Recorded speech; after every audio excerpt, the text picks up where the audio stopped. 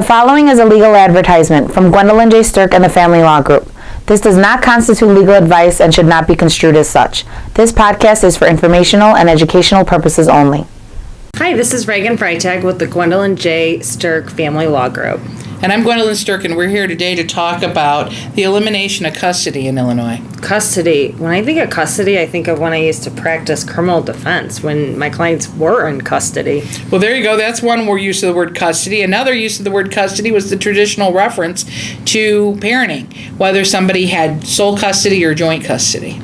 And it's not called that anymore. What's the term we use now, Gwen? Allocation of parental responsibilities. Wow, that's a mouthful. It sure is. And now we call them allocation judgments instead of parenting agreements or joint custody agreements or joint parenting agreement. So it's a lot of new language. So Illinois on January 1, 2016 implemented a new series of laws, much of which affected this area of parenting, where we took out the word custody, and it's considered a bad word now. Yeah, well, allocation sounds a little nicer, and you hope that these agreements are nice and that people act nice when it comes to the children. Actually, I don't think that we've achieved that. I would offer to you that perhaps the new law has spun out just as much litigation as we had before. But the idea before was that either you had sole custody, where you had the ability to make all decisions regarding your children from a major decision perspective, or you had joint custody, where you would make those major decisions jointly. I think that the new law gave an opportunity to kind of carve out certain of those categories so that there could be decision making on a different level for different issues. And I think before, people were confused with the terminology of sole. What did sole mean and what does joint mean? And I think now it's just the agreements, they, like you said, it carves out, the different aspects of parenting. And, they can be as detailed as, who's drop off pickup, who's making lunch, who's buying the clothes. I mean, you can make these documents pretty long, can't you? You can. And then the other issue is, though, now what's fascinating about this is by doing the allocation of parental responsibilities, we've eliminated the concept of a residential parent. So neither party has residency of the children, except for there is the designation of a custodial parent for purposes of federal law. Because remember, federal law still has that concept in place. It's Illinois law that we're dealing with. Right. And these parenting agreements, how soon, I can't remember, how soon do you have to get those in once you file a divorce? Well, you're supposed to have your proposed parenting plan on file within 120 days. And that becomes somewhat difficult because remember, that proposed parenting plan is not just going to be about the allocation of the parental responsibilities, but also is going to have a plan for you about what that schedule is going to look like for parenting time. And while we did this change for the allocation, and we're really focusing on that in this podcast, we took out the word visitation. That's a bad word now, too. So we call it parenting time. Visitation. Again, I remember having visitations with my clients while they were in custody. Again, yep, that's the criminal context. And in the civil context, visitation meant that the non-residential parent would have visits with their parent, with their child. Now, I was always offended by that because I would always say to people, look, if you're a parent, you're not visiting with your kid. Either you're a parent or you're not a parent, right? Right. It's about spending quality time, not visits with your kid. That's right. But what they did then is they eliminated all of that, and now we have 4 areas where we allocate the parental responsibilities. The first one is education, which somewhat can be easy because you can designate which parent is going to be the education decision maker, and if the kids are going to go to a public school, for example, then the children will go to the school district from that parent's home. And just because you're the primary parent, that doesn't mean that the other parent doesn't have access to the teachers, the records, their grades, the ability to attend events. I mean, both parents should be involved. Absolutely. And then that part of education is that you can have joint decision making if there's any kind of modification, or you can have sole decision making. So the unique thing about this is that you can allocate that and say education decisions are going to be made by one parent. The next category that you really get into is the issue of healthcare.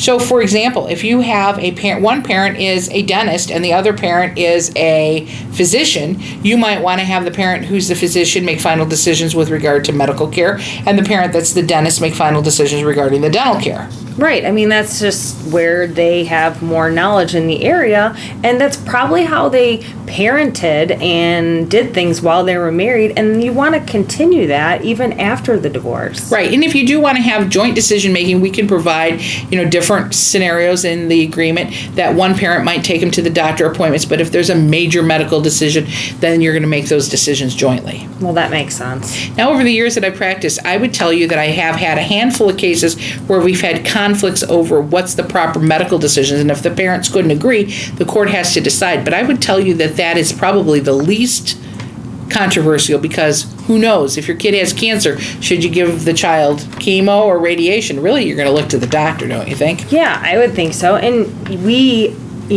people think that we're wizards as lawyers, but we can't predict every single situation, every health scare that's going to happen in our lives. That's right. So moving forward, so you have education, you have the healthcare decision making, and the next category that you get into is religious training. Oh, wow. We actually have to make decisions on religion for these people, too, huh? Well, to some extent. Now, it is not, and I want to be very careful and clear, that a parent can take a child to the religious ceremony or expose that child to the religion of their choice. However, they can agree to raise the children through certain sacraments, for example, in a Catholic church, or you can agree to raise your child in,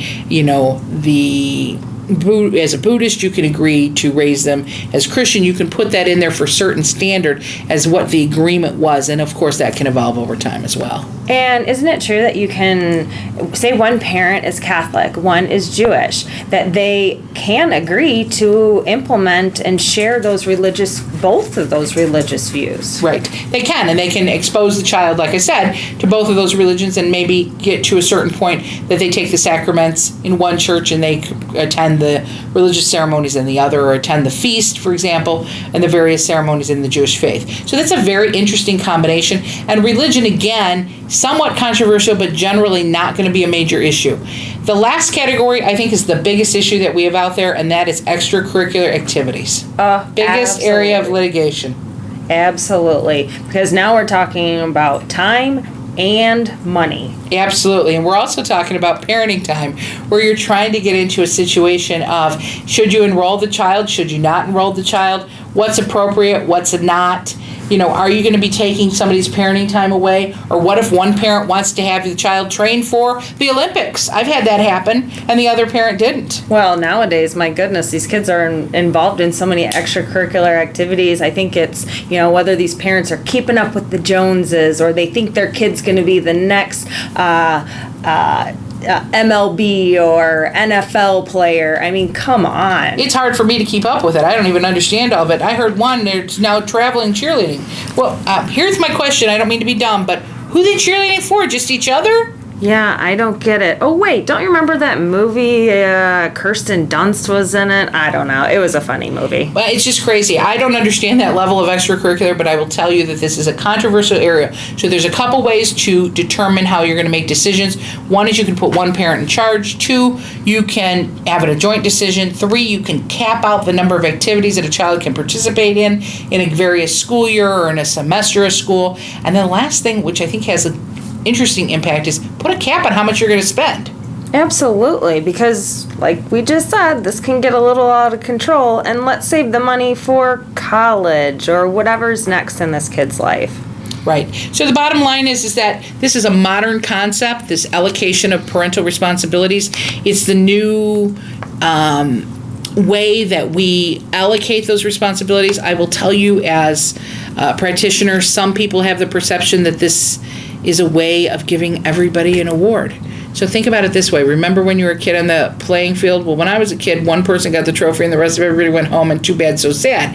Today, sometimes they give awards to everybody, right? Yeah, and whether you agree or disagree, the award is the children and the time spent with that children. So everyone should get an award or trophy on this one. There you go. So maybe that's the concept. So that's our new law, allocation of parental responsibilities in Illinois.